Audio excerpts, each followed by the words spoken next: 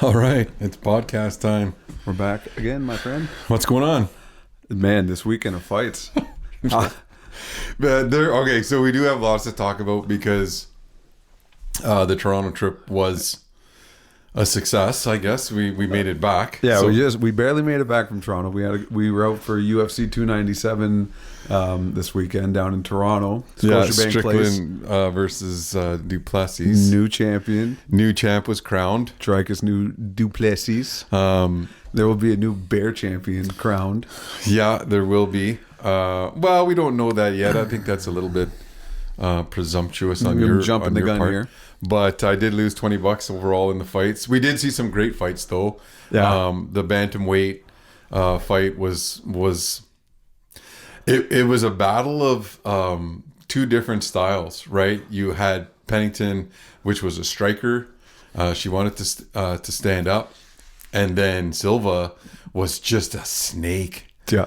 Right? Like she was, when she jumped on top, like everything was about getting the back and sliding like a choke. Looking for some sort of limb or some sort of Like, choke. Yeah. I don't know what's more terrifying, standing in front of a brawler or someone who's just waiting to put you to sleep like that and waiting for you to make one wrong move, right?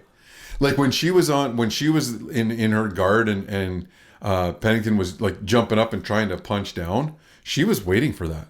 Yeah, because she's going to grab something. She's going to... Right, and not arm. just with her hands too, like with her legs. And as you're coming in, her legs just go into like a figure four around your neck. And it was just like awesome. Yeah, That was see, awesome. that fight didn't get a good reception from the crowd. Like there was a No. lot of like, not boos, but like it wasn't received well. And I think that was really because it was so technical from... One, it was like one was trying to expose the other's weakness. Yeah, it was right? a good pace at the 5 rounds too. You got to really set that marathon pace and tempo like we were talking about last week. Yeah, the pace. and having the crowd, which is surprising to some extent because the crowd that's there obviously watches UFC, right? So, they understand that in a championship fight like that, it's not just going to be, balls out and trying to, knock each other out. Like there's money on the line, there's strategy on the line. They know each other's weakness. And there's a championship on the line. There's a championship, right? Which comes with a whole whack of money, right? In terms of sponsorship and in terms of your camp, and in terms of trainers and everything. So you have to be smart about the fight. And I think they both were, because they both put each other in trouble. Yeah. Right. So I won that bet. I was super disappointed in the Canadian. Mikey Mallet. Ah, man. I hate to say I called it. He had him. He was Magny. so excited, right? Like he was so excited and really winning that fight. Well, the hype behind him coming into that too. Yeah. Like he was on a tear. Yeah. And Neil Magny's kind of at that point of his career. He's 36 years old. He's been in the UFC for, a dozen years.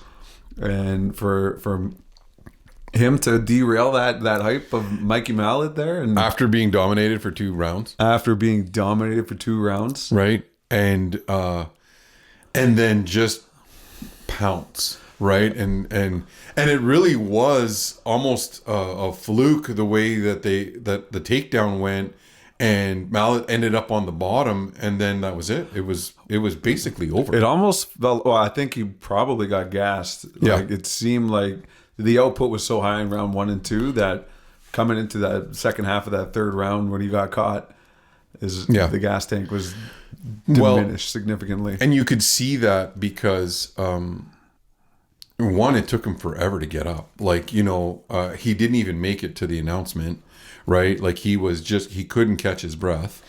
And then when they put him on the chair, he was still like labored in standing, right? Yeah. He couldn't even get to the announcement. So I think you're right. I think he did gas out, and but man, he must have been so freaking excited, right? To be there. It's unfortunate that the Canadians went like 0-7, I think I was reading. I mean, other than Jasmine winning the female fight there. But that Really? fight should have been on like the main card, because that fight was awesome. That was so one-sided. That I think that might have set a record for strike differential in a fight. Yeah. It definitely was for a women's fight. I don't know if it was for like all fights in general, but it was like something ridiculous, like 250 strikes to 9. And like the amount of, and I know the cut wasn't really that bad, but it looked horrible, right? Because Yeah. her opponent, I can't even remember her name, was blonde, short hair, and kept wiping that blood into her hair, and it looked like she was like completely redhead at the end of that, right? It was brutal. Yeah. It was such a one-sided win, but I mean, the Canadians, we were going crazy, right? Like it was good. Yeah, it was nice to see a Canadian pull it off. And that was early too. I think that was like the second Canadian to fight on the card. Yeah, if not it was first. early. It might have been the first. It was early for sure. And so it kind of set the tempo of like, yep, we're back, baby. Canada's back on the map, and we had a little bit of a misfortune, I think, on the scorecards for a lot of those fights. That was troublesome for me. And yeah, what do I know about judging fights? But I mean, for the most part, you can see what the judges can see. You're watching the same thing, right? The angles are all the same, and it just seemed like you were surprised by the result. I don't like being surprised because it seemed like it was a lock, right? And which, going into the championship, going into the Duplessis fight with Strickland, our bet was not only some had cash on the line, but Yeah, it we were also, tied going into that. That was exciting. we had bet on who gets first pick at the bear hunt with the Wesley brothers in the spring. So there was a lot on the line, because that having choice of bear hunt, right? They do all the work, really, right? And we just get to go up there and ride on the coattails of their successes in terms of baiting, and they do give us first pick. So I've been first pick. Actually, no, you had first pick last year too, because it was your first bear, right? I sat with you first, and I gave up on you real fast, but because I just wanted to shoot as well. But this year, I'm going to be behind the camera and you get first pick because of that third fight, which was Strickland when he lost the belt. Coin flip. Yeah, and it was exactly that. It was a coin flip at the end. I mean, it was definitely 2-2 going in, and I guess it was just the judge's opinion. I've got to rewatch it because, like, watching the fight live, I had it Strickland 3-2, but again, it could have gone either way. That fifth round I gave to Strickland. Yeah, just damage wise. Well, and I think it was deceiving in terms of how much damage Dreykus was taking with the jab, right? Like, because he was taking a ton of damage and he looked damaged, other than the big cut on Strickland. But I think, overall, if he was able to just take him down, or even if it was a takedown that got blocked in terms of like how he was blocking the takedown, which Duplessis' takedowns didn't amount to anything, and he got up fairly quickly. If that had happened in that, for Strickland, then it would have been a lock. Right? Yeah. The judges' scorecards, like, you do put in a lot of favor for control like that, especially when you're on top, and then those takedown points add up. It kind of stinks to see Strickland, because he was one of my favorites to watch, and at least see the excitement of, like, what's he gonna say next? There's a little bit of electricity with the unhinged nature of somebody who really doesn't care. That's a really good description for Sean, as being unhinged, because and it's not that he's just unhinged. He tries to unhinge you. He tries to unhinge everybody, with the reporters in the pre-conference, and just putting questions to people, right, that make them uncomfortable as they make him, right? So it's a pretty neat approach to being interviewed, because he spins the table real quick, and if you're not ready for it, you're gonna. If you're not ready to meet, like when he was saying to the reporter, "Who'd you vote for? Who'd you vote for?" Putting him on the back foot. That's Right? interesting. So he's kind of on the defense, and the way he quickly changes that it. momentum, Yeah. and puts the reporter on the back foot is Well, and the reporter should have said, "None of your fucking business who I voted for. I'm asking you questions. I'm not the superstar. You are. You answer the question." Right? Like he could have just said that. That reporter could have said that, but he got taken aback, and he got caught off guard and wasn't expecting it, and then he was trying to backpedal, and then he looked like an ass. Yeah. Right? And then Strickland was like, "Yeah, I win this discussion," which is great to see. Right? it's good TV. It's great TV, right? It's what UFC fans want to see. I wanted to see him win. Obviously, I was vested in my own self-interest on that one. But The big bet. it was good. It was a good weekend. And I'd be remiss if I didn't say how honored I was to be in the building for Frankie Edgar's induction into the Hall of Fame. Man, that was moving. It was inspiring to see those highlights like that, and to realize how good of a fighter and just a mixed martial artist, like how good he is and was over his career. And the years of memories watching those fights. Because we watched them all. We watched them all. I remember being in high school watching Frankie tearing it up against these guys that were on The Ultimate Fighter. Yeah. Man, oh man, those Gray Maynard fights were historic. The crowd was lit. The crowd was, having their input on Trudeau and apparently his son was in the crowd as well. I saw that on Instagram or something. I don't know if that's true or not, but if that is, oh my goodness. Yeah, he was taking a beating for sure. Well, he's probably calloused at this point. Yeah, he's got to be. Yeah, for sure. But they were definitely not fans of his governance in the last few years. And that's to be expected. Our crew was a little bit rowdy. They got to doing some push-ups way up in the nosebleeds there. They were inspired to get in shape. Cousin Ty, he said he's going to be in that ring in a year doing push-ups during the main event. It was awesome. It was awesome to be that much in the moment, and really it's always awesome. And I think the watching professional sports like that to know that when they're in the ring, the belt is one punch away. When you're watching a hockey game, the win is one shot away, and that puck is on their stick, and they just want it, right? They want. It's neat to see, and I think we talked about this last week about people being in their element, right? And that being, and I want to talk about it again because it is so important, right?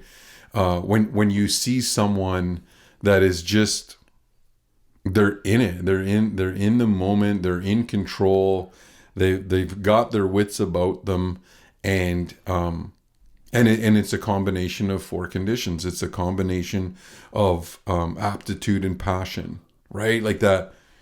I understand how this works. I understand this game. I love this game, right? And then that attitude of just, I'm the one. I can do this, right? It's just it's the next move. Give me the puck. Give me the ball. Hit it at me, right? On the highest level too. At the highest you have level, to have the confidence because the repercussions are the highest. Yeah. And then the last thing is give me the opportunity, right? I mean, I get it. I love it. I want it. Where is it? Well, you know what I mean? It's just that, and that's been something that I think trying to, in the last little bit, realizing how that can motivate people to really understand where they are in their respective positions in life, whether it's on a team, whether it's in their, academics, whether it's in their job, right? And I think the more we try and organize our lives around that concept of, what is your element, right? Or basically, what's your voice? Find your voice and help others find theirs, is really where you can demonstrate leadership, right? Where as a captain of a team, or as a, the lead in your workforce team, right? Or even at home, right? In your own home life, is really when you're stepping into an element that you're good at. And if it's work, and if you can find your element where you are really passionate about it and you understand your position, you're constantly going to be hungry for the next opportunity to be successful. And that's a driver, right? And I think it was neat to just see that live, right? Yeah. That's the draw for me of watching them, even in the walk-in, right? And studying, what are they thinking when they're walking in? The nerves you must have. I always think back to Rose Namajunas there when she was fighting. Who was it? When she had a mantra there. Zhang Wei Li, when she won the belt. Yeah, with the head kick. Right. And what was she saying? I'm the best. I'm right? the best. And she just kept saying that over and over again. And while she's looking at her, and she's like, I'm the best. I'm the best. Right. And man, just to be locked in that moment of just like, you are not going to lose this fight. Yeah. Right. And it was awesome. It was such a touching interview afterwards too. And she was, because I am the best. Right. It was just awesome. I just love seeing that kind of authority and belief in yourself. It's just beautiful to see. Yeah, that's awesome. An interesting perspective to like see them along that, especially the fight journey of you're starting off as an amateur and you're working your way up to eventually become a professional one day, and then you get to the point of like a Frankie Edgar where you're a leader and you're helping others find their voice in the gym to build that capacity and continue that legacy. So I mean, that has always been something I've been interested in, is like watching that journey in other people, so I can kind of find out how to do it myself. And I'm interested to hear what your perspective is in terms of the evolution. Like, what is that process, or what are the fundamentals of that process when it comes to starting out as an amateur and identifying, this is my goal, this is what I want, and then getting to the point of finding your voice and then being a leader? Like, what are the fundamental, in your opinion, what are the fundamental elements of leadership or being a leader that you have found in your journey as principal, as a father, as a coach, that translates into helping people find their voice? Like, when you're growing that voice inside of yourself, how do you start to channel the leadership element or the voice in you? Like, what are the fundamental tools, I guess it would be, to add to that belt in your journey? So that's an interesting question, because it's multifaceted. Of course, it's not an easy question. There's, and we talked a little bit about it last week when we were talking about those habits of highly effective people. And I don't think, you can sell that short in any way, right? Like, you do have to have, you have to understand that, leadership, there's two components to leadership, right? And there, in that, there's the leadership that involves your interactions with people, right? And yourself, so inter and intra personal qualities. But there's also leadership in terms of management and being on top of the inanimate, right? Because if you take let's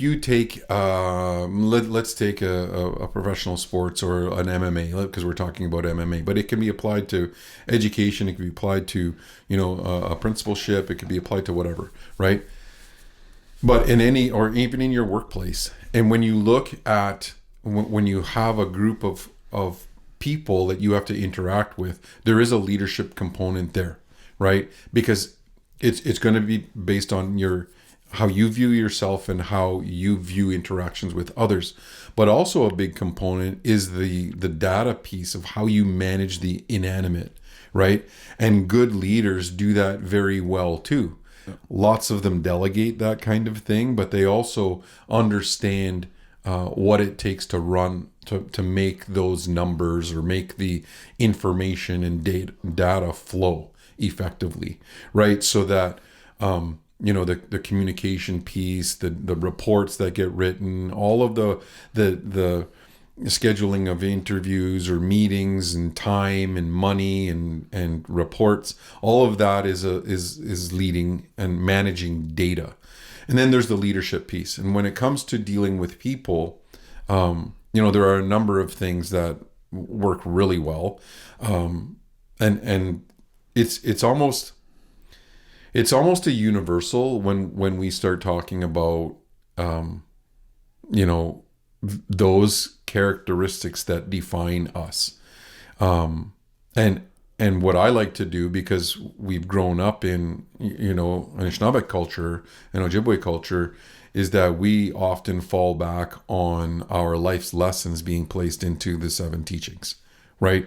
So whenever we've got something whenever we experience something, right, whether we decide or we feel it's good or bad, every single one of those experiences is a lesson in one of those teachings, right?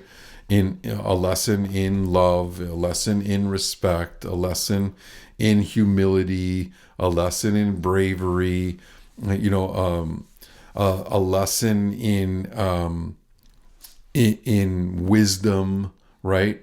In all of those regards, a lesson in honesty, a lesson in truth, right? And so when we're dealing with people and we understand that this interaction that we're going to have is going to facilitate a lesson for both of us, right? That's going to fall into one of those categories, then we can gauge our response, right, as in as much of a proactive way as possible. So, and we talked a little bit about that in terms of, successful relationships, right? But when we're dealing with those types of things, when it comes to a group of people, the wisdom piece really comes into play, because wisdom, right, it's very hard to be young and wise at the same time, right? And the reason is, it's not impossible. It happens often, but wisdom is a combination of 2 things, right? It's a combination of knowledge, right, and experience. So that's why lots of times, on that maturity continuum, where we really feel that we're in our teens, in our in our early 20s, we feel like we know it all, right? I mean, go to a university campus, right, and talk to kids that are in 2nd and 3rd and 4th year, right? Like they know it all, right? In terms of being woke, or in terms of being in the know, they just feel that, because they're in this, I'm taking in so much knowledge, right, from theory, right? They just feel like they're really smart, and lots of them are, and sometimes they mistake that for being really wise, because the wisdom only comes in the application of that theory or of that knowledge, and that takes time. Now, you can accumulate that experience very quickly, but it's hard to cheat it. It's hard to fast track a lesson in love, right? I mean, we've been there. Oh yeah. Right. And we've discussed it, and we think we know what's better for us. And you know what? Some of those things you just have to go through the process to then say, there's the experience. I get it now. Yeah. Right. Whereas before, I thought I understood it, but I needed to go through this to actually have that experience. And that's, you know, when you know that that's happening, right? When you know that that's the process, when it comes to coaching, the important part is to try and get that group, right, to not only gel together and learn from those experiences. It's you want them to peak at the right time, right? And you know, so whether it's in the cup, where you're going for the cup, or you're going for the local NISA championship, right? And you're dealing with a team, right? You're trying to manage all of the combination of the variety of knowledge that's within your team base, right? And also trying to gel it together through an experience that will allow them to be at their optimal performance at the right time, right? Because they might be a championship team, right? But they peaked in January, right? And or you know what I mean? And a lot of times, there needs to be some adversity, right? I mean, sure, we love being undefeated. That's great. But I mean, we all need that lesson in humility. I'd rather learn that before the championship and peak than learn it at the championship and lose, right? And so when it comes to leadership, it's trying to manage all of those things, the animate component to our interactions, which is our conversations with ourselves, right? Which, you know, we talked about in terms of prioritizing and beginning with the end in mind, and you know, and being proactive. And then the external stuff, the intra, is there's a win-win scenario here for all of us. We have to work together. We have to sharpen our saw and do things that keep us well-rounded. You know, and we have to listen to what the team, you know, has to say to each other in a way that isn't, we don't take it personally. Because we're together as a team, and we can grow, right? And so I think when we look at it, when I look at it, at least from that perspective, whenever I have a team, whether it's a staff of teachers or the show or whatever, it's like I try and approach it, you know, with a bit of that delicate being mindful of the interactions, right? I mean, sometimes I get really pissed off when someone does something that is, you know, doesn't work, or, you know, is a major mistake. But I mean, I'm not going to burn that bridge so bad that person never wants to cross it, right? And because 9 times out of 10, they know they've screwed up, and you just have to put a plan in place so that it doesn't happen again, right? And make sure that they're prepared, right? And because was it a lack of preparedness on their part, on the team's part, on their knowledge piece, right, that caused them to fail? Because every scenario, you know, even when you lose, like, that's when you learn something, right? And when you fail at it, like that's how it works. It's, if you keep winning and winning and winning, it's very hard to learn, right? You know, those lessons that are going to sustain that championship, right? Yeah. And so on that note, like when you look at, you know, more people today, and like my generation and younger and coming up, you see this overwhelming fear of failure, fear of rejection, fear of failure. I don't know if that's as common in your era. Maybe it's amplified because of social media and other elements, but like you have these experiences of failure early in life, and that more often than not will prevent somebody from trying again and repeating that kind of endeavor. That the first failure is often, and now that I'm saying this out loud, I feel like this is common across all ages, but it's that first failure that I feel like 99% of people will not try to find a solution through, but rather see that as a fear and never address it. So there's a lot of resource, or there's value in tackling that shadow, I think is what I'm trying to say, in terms of is facing that fear and getting through and learning from those failures.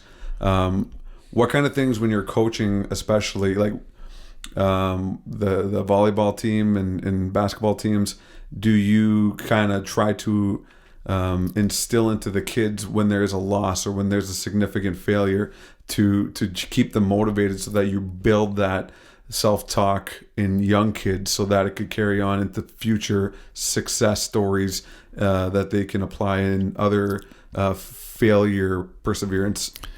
So I think when we look at there's a number of different scenarios. So I've coached everything from Tykes to junior A, right, hockey, and a lot of high school sports as well, and a ton of elementary school sports, and then house league and some traveling, some rep hockey as well. So and every scenario is different because the goal of it is different, right? When you're coaching house league, the goal of house league is to develop this understanding of what it means to be on a team, to develop some skill, right, through coming out to practice. But the goal is not always. It can't be. The goal can't be to win the championship, right? It's nice when you do, but if the goal is to win the championship, you would cut half the kids. Yeah. Right. If the goal is in house league is winning the island championship, if that's the ultimate goal, then you only take your best 10 skaters, and those 10 they don't get the same playing time, right? I mean, that second line, or you know what I mean, or if you've got 3 lines, your third line of forwards is getting played once out of every 4 shifts, right? And you're playing your time. So that's a different. It depends. The answer depends on the sport that you're coaching and at the level to which they're playing.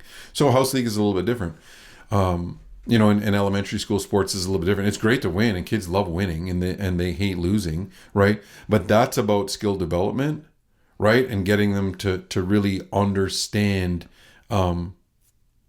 the aptitude condition of being in your element. Right. And you're going to have teams that are going to be fantastic. And we've had teams, and I've talked about this before, at an elementary school level where they're just elite. They just, and they responded to coaching really well, and they seem to gel together. And then we play these other teams that are like not comparable. And the other teams are asking their coaches, what do we do? And the coach is like, just try and chase the guy with the ball. Right. Because they don't know what to do, and but that's rare, right? It is rare, but because you're trying to instill that aptitude about the game, so that court becomes their element. So you have that, but then as you get into the next level, right, at the secondary level, it is about, for the most part, right, it's about winning. You're trying to win.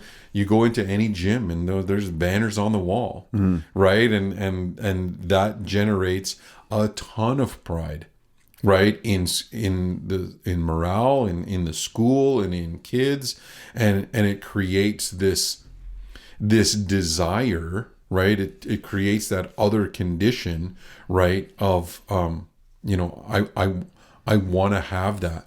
Well, if you want to have this, right, you have to have an attitude that matches the team, right? It's got to be a positive attitude.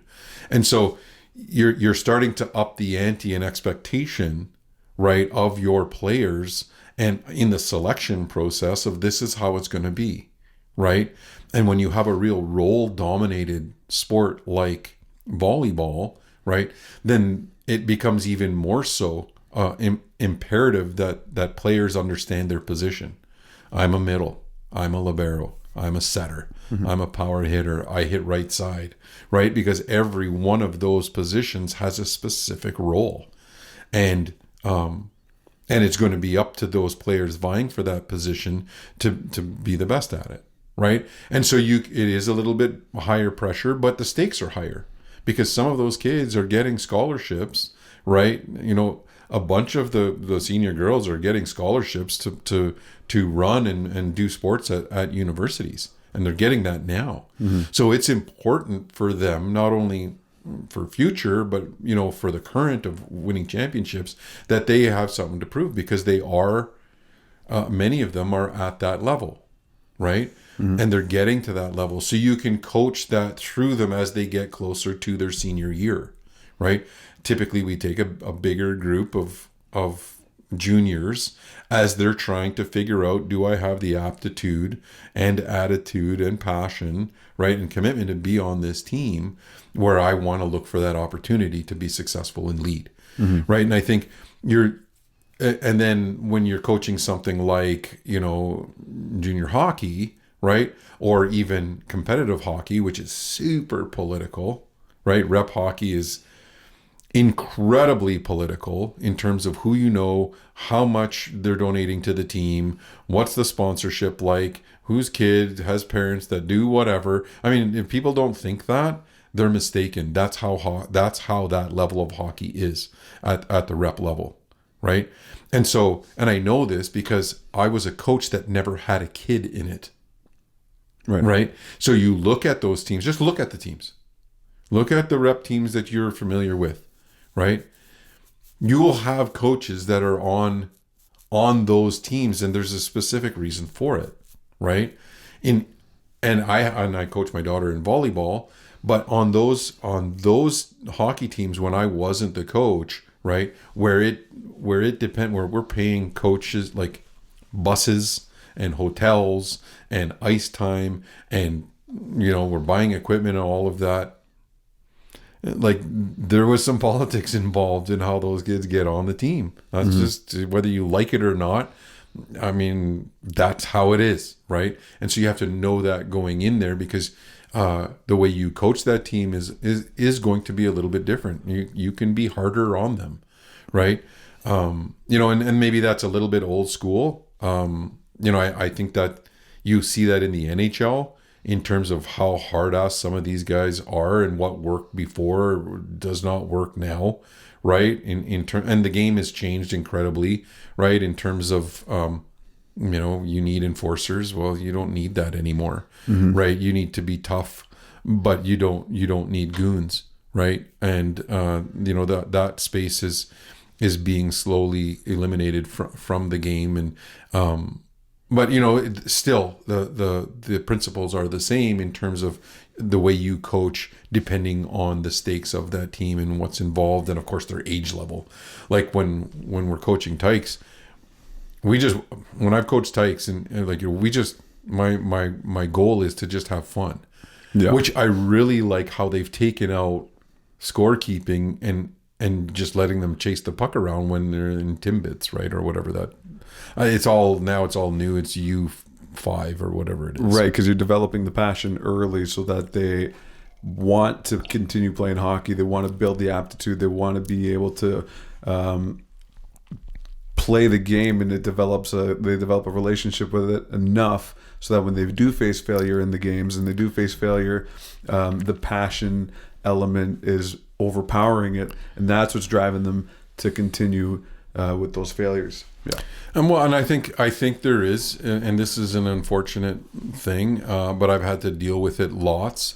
Is overparenting, right? And parents that have never tried coaching, or maybe they're trying to live vicariously through their child, or that the parent is critical of the coach and all of that kind of thing.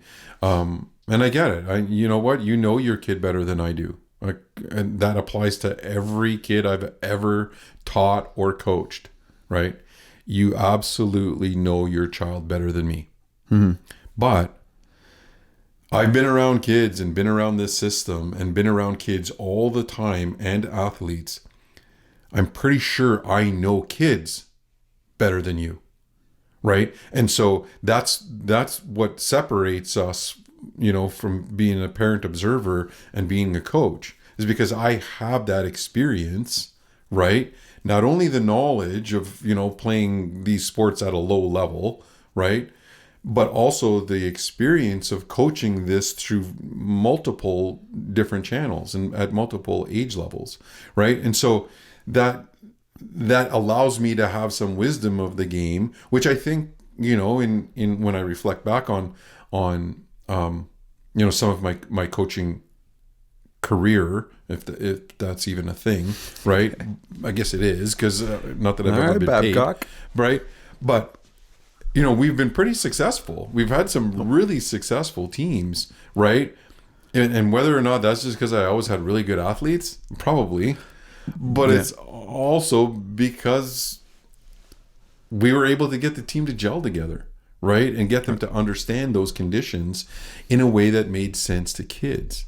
And I think some of my really big memories, right, were when we lost, right? Where I learned a lot about me, and we learned a lot about each other as a team, right? I can remember a big one was at the Little NHL. I brought a group of kids from Cash down to play in the midget level, and I coached against Donald Wasagijic and in the final, and it went to like 4 or 5 overtimes, and our goalies were standing on their heads, and like it was just a phenomenal game in terms of excitement.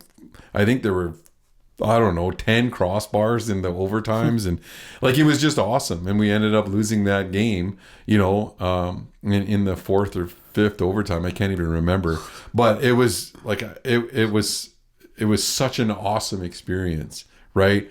I'm another time when we were playing Elliott Lake when I was a principal in Wiki, and I didn't know one of my players had hurt his thumb, actually broke his thumb, in right next to the final play, and we needed a 3-point play to win it.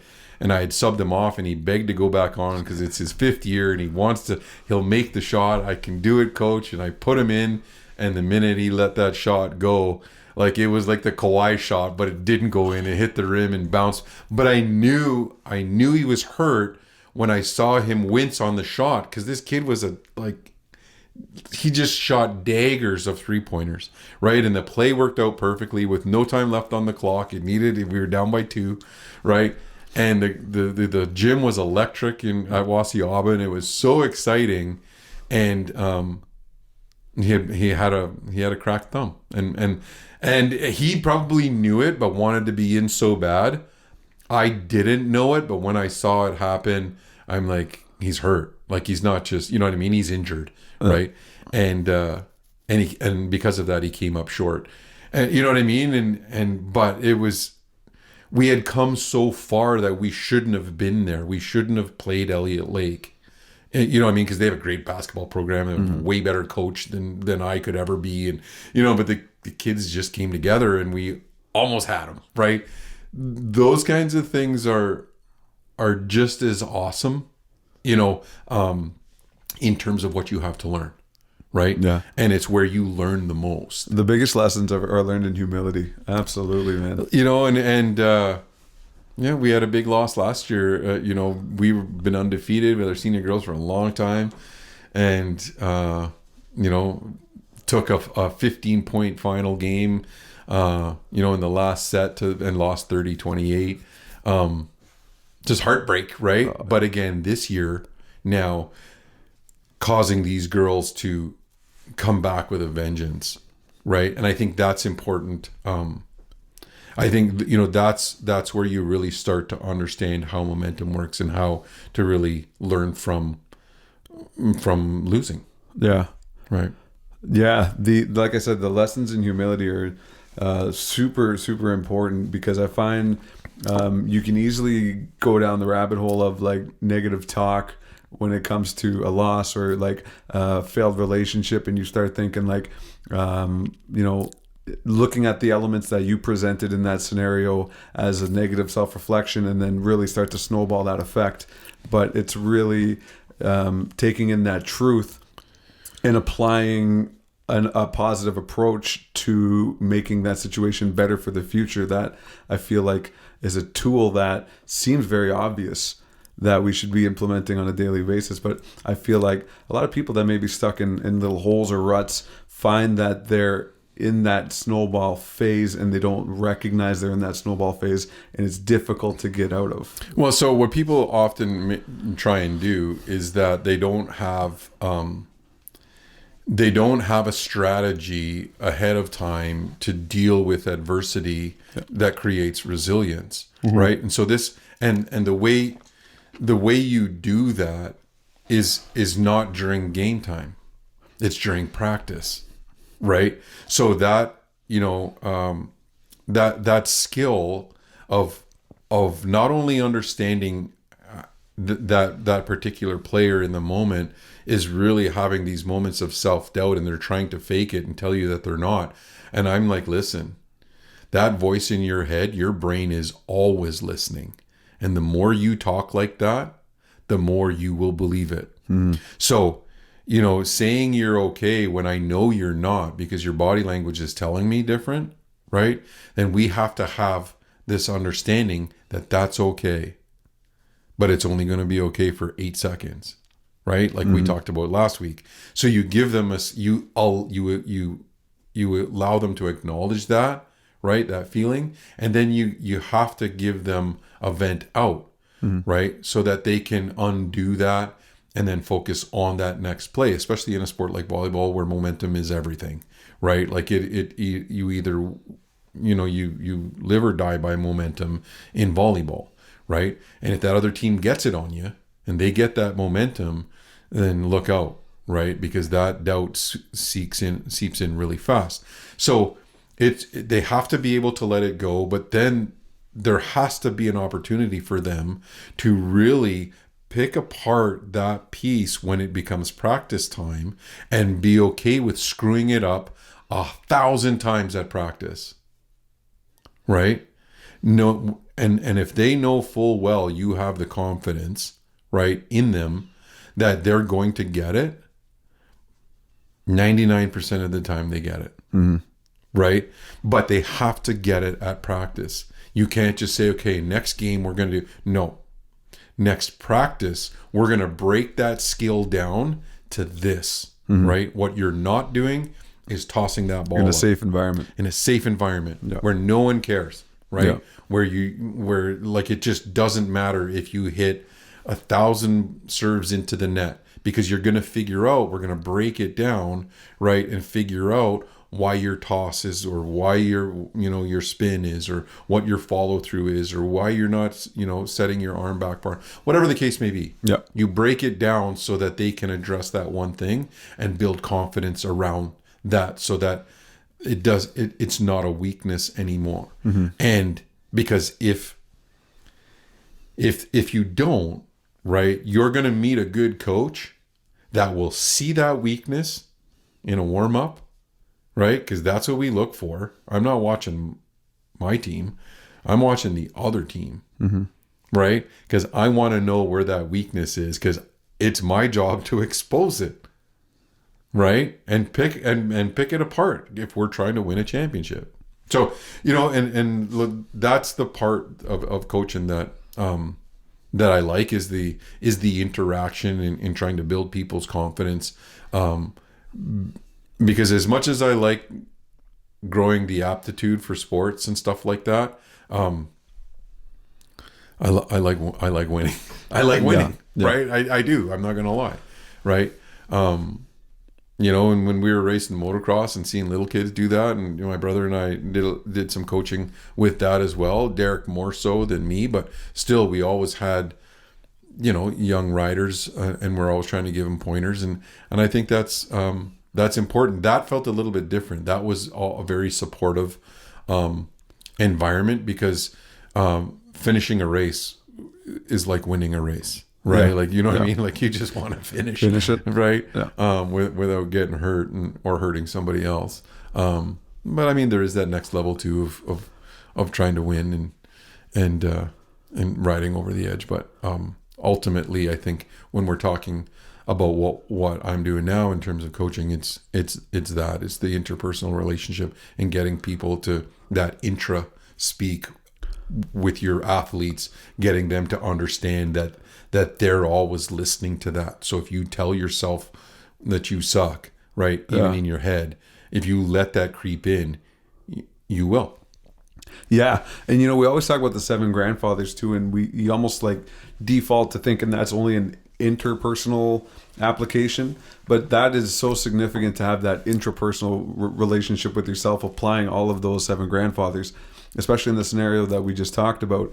Like when you're in face of a failure, you embrace the humility, right? You look at the truth. You're honest with yourself in those applications of what you can do better. You become brave enough to try again.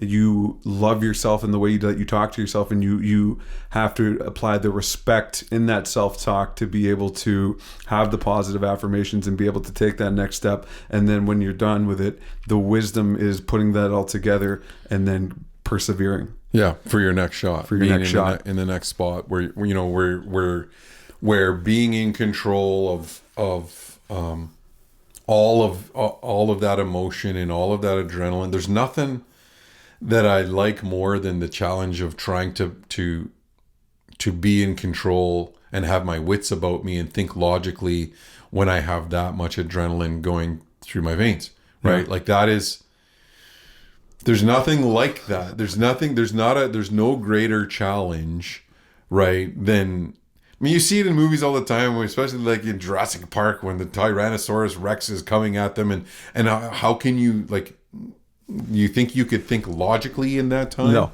Right? You know what I mean? It's like you can't, right? Yeah. Or can you? Or can you train yourself into, like, I'm going to place... We take a look at... Think of some of these big hunts that we've talked about, right? Yeah. That we want to go on. And they... You know, one of them for me would be... A dream hunt for me would be like a New Zealand stag hunt, right? Like that's to hear them in the rut, in the roar, in the whatever, and you have that thing screaming in your face. I was hoping elk was going to be like that, and I'm not giving up on that dream. I do want to experience that with an elk, but like, or a dangerous game. Not that I'm a big dangerous game hunter. Like I'm not, I don't want to be biased in this. So I'll be careful in how I phrase that. It doesn't interest me yet, right? I'll say that because turkey hunting never interested me for a long time until I did it. And then it's like, okay, I never want to stop turkey hunting, right? But in terms of being afraid and being, you know, having that much adrenaline course through your veins, there does have to be an element of harm coming your way, like a giant moose or an elk or a bear or a lion or whatever, right? And I think a grizzly hunt would be very much like that. To humble you, yeah. You know what I mean? But also to create this fear that is almost uncontrollable, right? Yeah. Like, you know what I mean? And still have to have your wits about you to go through your shot sequence. It has to be, you know, second nature. Everything still has to happen perfectly. And if it doesn't, right? Are you ready to handle that? Can you make a follow-up shot? Do you have an exit plan, an exit route of being safe, right? You know, I think that component is very intriguing to me because it's such a challenge. You know, having your heart rate be at 150 and still trying to, you know, find that hair that you're trying to pick out on your target. It's exciting, right? And I like the challenge of doing that because lots of times I'm not sure if I remember squeezing off the trigger. I'm so overrun with adrenaline. Yeah. Right. Oh, I know the feeling. And I don't particularly like, you know, not remembering exactly that.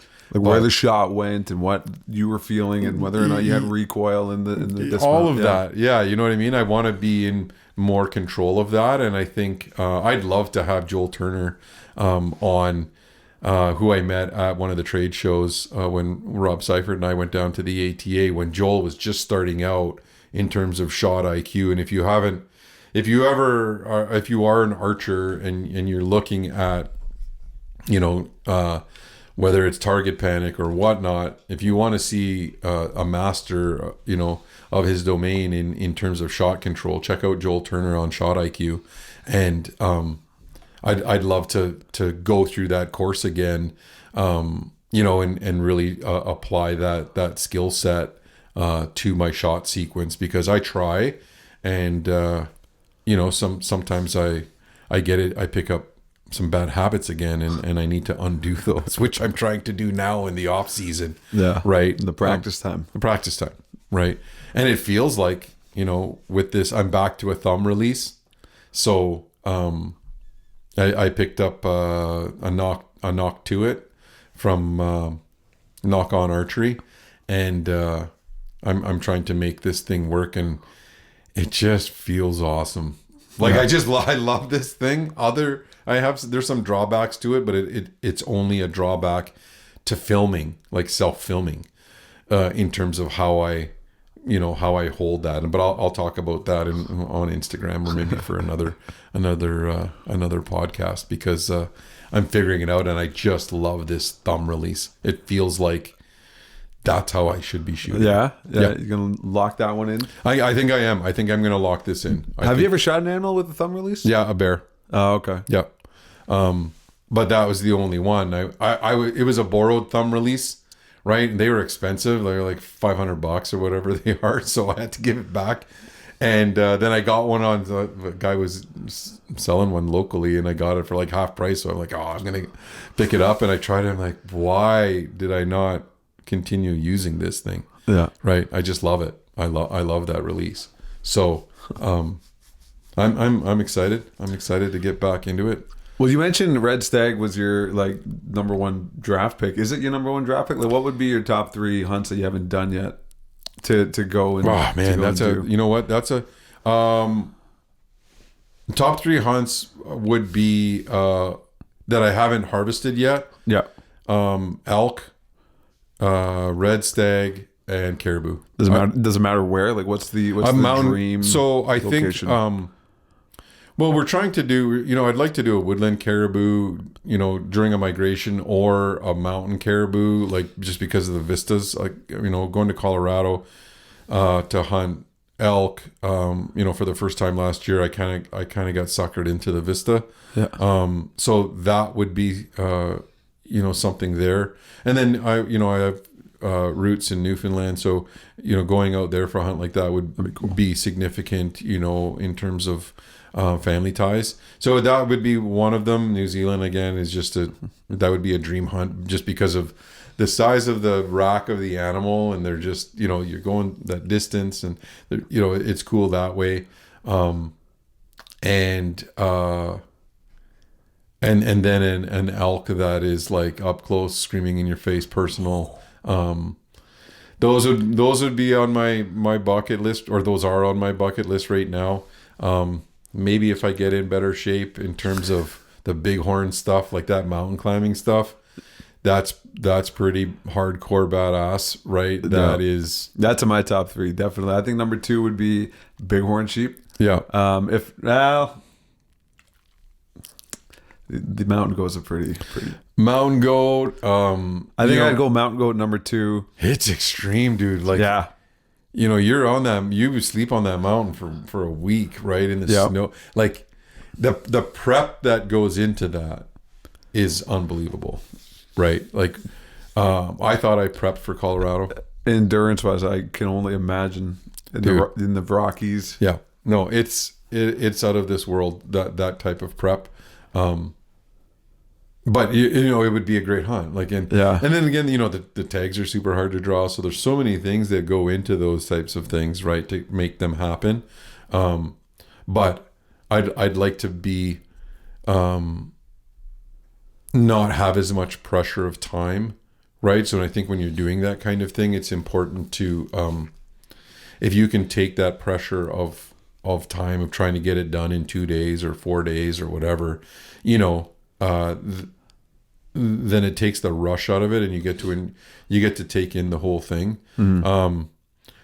I mean, obviously, a Yukon moose trip with Jim Shockey. I was gonna say that's know, my number one. A Yukon or Alaska moose trip is number one. You know, doing that and just, I mean, it's pretty awesome. But that to us is within our grasp. I mean, there are 65-inch bulls in our area, right? Like we hunt this much of the area that we can hunt. Like of all of our hunting that we look on a map, you know, of all of where we go, all our hot spots, it's this big compared to where we have access to. Yeah. And that just takes a little bit more willingness on our part to venture, discover, you know, those different to areas. something we're not familiar with 100%. Something about the Arctic tundra though, like the setting on a moose coming in from miles, and the mountains in the background, and you're in this fall. Oh my God, red everywhere, and it's early. Like you're up there. That rut's in August or it's early September. Like they started hunting those moose in August. Yeah, because right? it gets cold so soon. Yeah, so totally doable. Yeah, there's a ton, but those would be three. And I think if we're, you know, in terms of fishing, I really want to, and I'd love to have Brian Still on because I know he does this. He's a local guy here. He runs a tourism business called Stillwater Fishing, and he fishes from a paddleboard. He's also a guide, and hopefully he'll come on the podcast in the next little while because he just went down to, is it Costa Rica? He went somewhere where he was fishing tarpon from a paddleboard. No way. Yeah. He's sponsored with paddleboards. So like I'd love to learn how to not only fly fish, but then also try and do that. Could you imagine fishing a tarpon from a paddleboard? No. The bass are dragging us off of the paddleboards in Lake Minnemoy. No, I mean, it's something that I'd love to try, and I think it's worth. You know, we could chase some big pike around. Yeah. Right. You know, and do it in Hay Bay and do it in places that, you know, in the spring where we're outfitted with a dry suit, right? Because that water is freaking cold. But those are things that are completely in our wheelhouse if we want to do them. And it's right here on Manitoulin Island. It's totally doable. Yeah, shout out to Brian. He's definitely chasing his passion. And I mean, if you're into like the outdoor domes, he's got the domes that you can sleep outside and look at this night sky. Definitely, if you're trying to explore Manitoulin, get in contact with Brian because that's the spot you want to stay at. Yeah, we'll get him on the podcast and we'll talk a little bit more about that. You know, and I was super excited to talk to him when I did some work with Indigenous Tourism Ontario. So it got me pumped up to have him on. So we'll definitely do that, and even try and get shoot an episode out there. We almost had one together, but last year, but it kind of fell through last minute. But we'll make that happen so we can actually put some of that to video effects and see what it looks like. He's got a great YouTube following and a great YouTube channel, so it's something that I'd like to definitely check out and have him on. Yeah.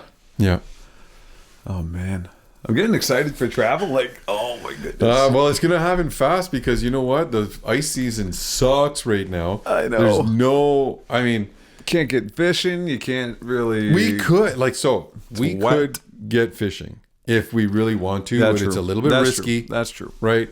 And you have to be willing to, you know, there's safety things we could put into play that would allow that to happen. So it's that being said, there's a little bit of rain coming. I have a shit ton of work that I need to get done, which is kind of great timing. We have a little bit of a hiatus because of exams for volleyball. So after that, I get some work done. And then, you know, we're going to have a month of fishing, which we jam pack it in, right? You know, try and get some good fish on the ice, get some fish in the freezer. And then, dude, as soon as March comes, it's you know, it's turkey season. So there's nothing stopping us from heading down to Michigan and bagging a couple of big old toms down there and, you know, get our feet wet that way. Because it's just over the counter. Yeah, right? It's over the counter tags. Yeah, right. So, and that season starts early. So, I'm gung ho. We got to finish season 8. We have some things on the burner for our next season, for season 9. Possibly going to, you know, maybe sign a contract with a cable provider so that we're on a more broader network, public television. which would be different for us because the way that works is way different than how we're used to in terms of producer fees, and in terms of hopefully upping the quality of game and maybe changing a little bit of the story line a little bit in terms of food sovereignty, more about that. So I'm excited about that opportunity. It should be awesome. Man, I can't believe that we're on that season already. Yeah, it's gonna be fast. It's gonna be we're only a month away, right? And the big derby too is less than a month away. Big derby. We're gonna have Luke on next week. He's gonna talk a little bit about that, about the ice fishing showdown in Manitowoc and hopefully Lake Manitou for trout. It's a 1-day derby. But Luke from Was Tours is going to be on talking about that. So hopefully we'll get some hype around that and we get some cold weather to secure up the ice, and then we're gonna go from there. So this week's rose, Bud Thorn for you. Oh, absolutely, without a doubt in my mind, the rose was the fight night. Yeah, being at the fights with the guys that we were with and just the time that we had was a cup filler and a half. Man, my cup was overflowing with happiness and like just setting the bar for 2024. Man, I was so grateful in the moment. I remember watching that last fight and taking 3 big breaths, looking at all the guys and looking at the venue, looking at the fights, and telling myself, remember this. Yeah. Remember this. Yeah, like just this be in the is, moment. Just be in the moment, watch the fight. And I remember taking those mental pictures. So that's kind of setting the bar for 2024. That was a beautiful, beautiful experience. My thorn this week was the drive home on Sunday. It was a long drive back from Toronto to Manitoulin, but we made it safe and sound, got the boys home in their beds. And my bud for this week, I am working on renovating my living room this week. Okay. So I got a contractor, and we're going to start tackling the mudding and stuff like that. So just small things, but that's the momentum I want to build moving into 2024 is just those small projects that I've been putting off since I bought the house. Start doing them. Just start doing them. That's my bud. All right. Awesome. For me, I'll start off with a thorn. The time management, like I let a couple of things slide. So, I need to get back on that horse. I'm kind of kicking myself in the ass a little bit in terms of letting myself get behind in that. So that's a fairly easy fix. I'm on it this week. But it's also bothersome when I let that happen. A rose for me, well, there's 2. Aspen turned 17, so we had a birthday for her yesterday.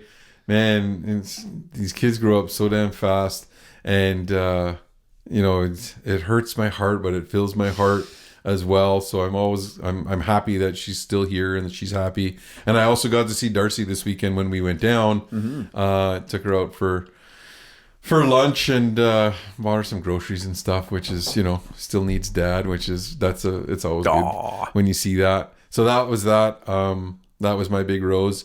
And the bud is I'm really looking forward to finishing out the volleyball season, which we've got another week off. Hopefully the girls are practicing, but then that signals another milestone for many of our kids, and for our seniors, we've been with them for a number of years, so it's always fulfilling to see them fulfill their dreams. So I'm really looking forward to finalizing that season, and hopefully they'll continue to go undefeated.